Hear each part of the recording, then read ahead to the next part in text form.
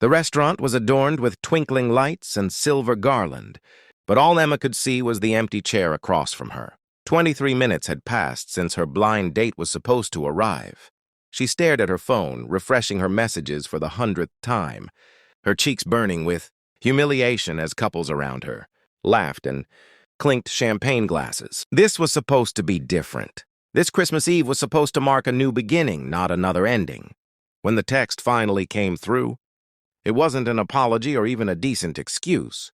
Just 3 words that shattered what little hope she had left. "Sorry, can't make it." Emma blinked back tears, grabbed her purse, and was about to leave when a small voice stopped her in her tracks. "Excuse me, miss? Are you eating all by yourself?"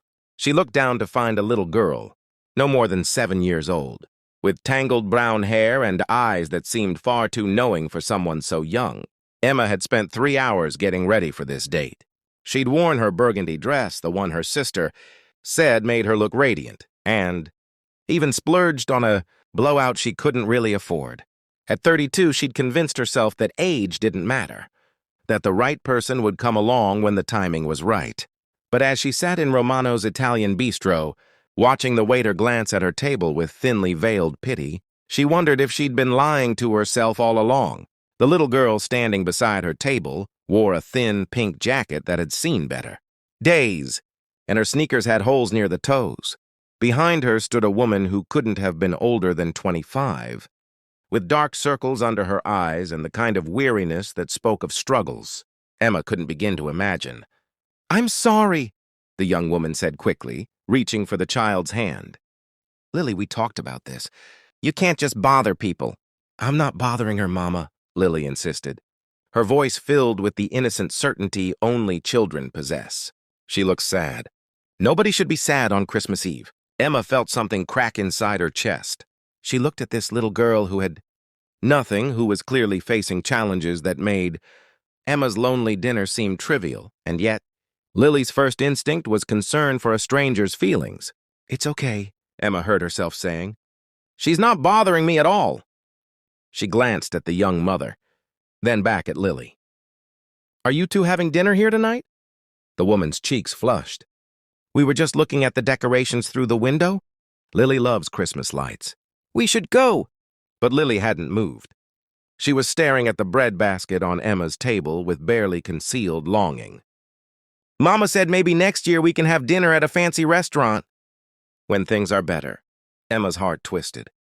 She'd been so consumed by her own disappointment, so wrapped up in her hurt feelings and wounded pride, that she'd forgotten what real struggle looked like. Here was a mother trying to give her daughter a moment of magic by looking at Christmas decorations through restaurant windows, while Emma had been throwing herself a pity party over a date who wasn't worth her time anyway.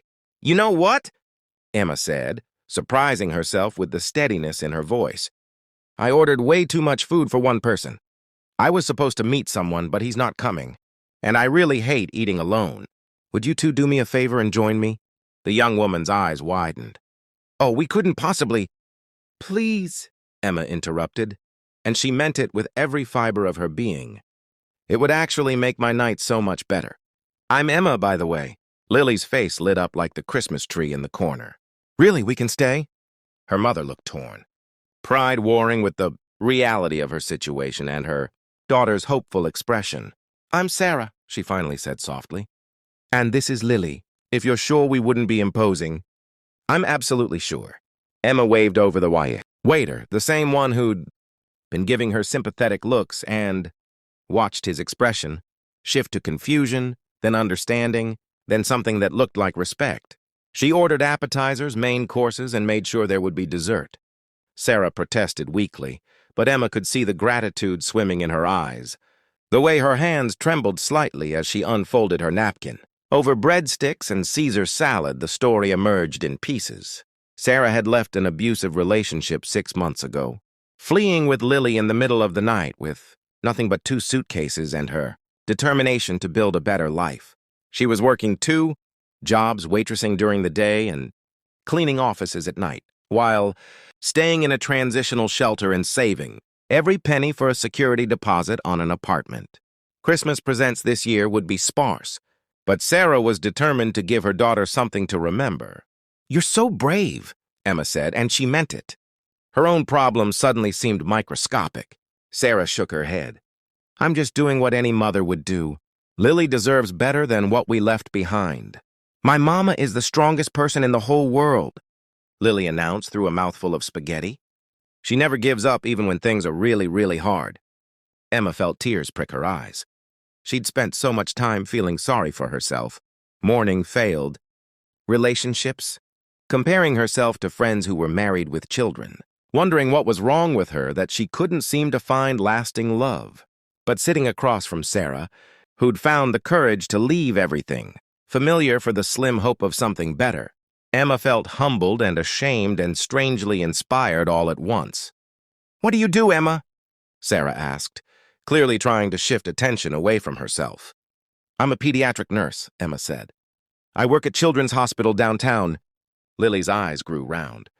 "You take care of sick kids?" "That's like being a superhero." Emma laughed, a real laugh, the first one all evening. "I don't know about superhero, but I try my best. I love what I do." "I bet you're really good at it," Sarah said quietly. "You have a kind heart." "I can tell." The evening unfolded in a way Emma never could have anticipated. They talked about everything and nothing. Lily's favorite subjects in school, Sarah's dreams of going back to college someday, Emma's stories from the hospital that made them laugh and occasionally tear up. The restaurant's Christmas music played softly in the background, and the twinkling lights that had seemed to mock. Emma's loneliness an hour ago now felt warm and magical. When dessert arrived, a decadent chocolate cake that made Lily gasped with delight. Emma excused herself to the restroom. On her way back, she quietly stopped at the hostess stand and handed over her credit card with a request that surprised even herself. She didn't want recognition or gratitude. She just wanted to do something meaningful with resources that, she was realizing, she'd taken for granted. As they finished their meal, Emma found herself not wanting the evening to end. She pulled out her phone, not to check for messages from her failed date, but to take a photo of Lily's chocolate-covered smile. "Would it be okay if I got your number?" she asked Sarah. "I'd love to stay in touch if that's all right with you." Sarah's eyes filled with tears. "You've already done so much. This dinner, your kindness. You've done something for me, too," Emma said honestly. "You've reminded me what really matters. That sometimes the best things happen when our plans fall apart." They exchanged numbers, and Emma felt a genuine connection forming, the beginning of what could be a real friendship.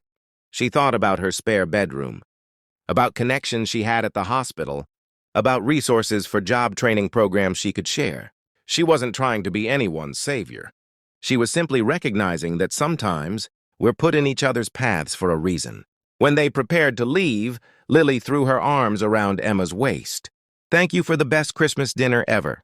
I'll remember this forever and ever." Emma knelt down to Lily's level, her heart full. "Thank you for asking if you could join me. You saved my Christmas Eve." Outside the restaurant, Emma watched Sarah and Lily walk toward the bus stop. Lily skipping between streetlights, her mother's hand held tight. Emma felt something shift inside her, a recalibration of what mattered, of what she wanted to fill her life with. Her phone buzzed. It was the blind date, finally offering a rambling excuse about cold feet and bad timing. Emma deleted the message without responding. He didn't deserve her energy or her thoughts. Instead, she texted her sister. "Had the most amazing Christmas Eve. Can't wait to tell you about it." As Emma walked to her car, snow beginning to fall in soft white flakes, she realized that she'd spent so much time looking for someone to complete her life that she'd forgotten she was already whole. The loneliness she'd felt earlier had been real, but it had been teaching her something important. That her worth wasn't determined by whether someone showed up for dinner, but by how she showed up for others. She thought about the year ahead, about the friendship she hoped to nurture with Sarah and Lily, about the reminder that kindness costs nothing but means everything. The blind date had rejected her, yes, but in doing so, he'd given her something far more valuable than a mediocre evening of small talk. He'd given her the opportunity to be present for two people who needed it.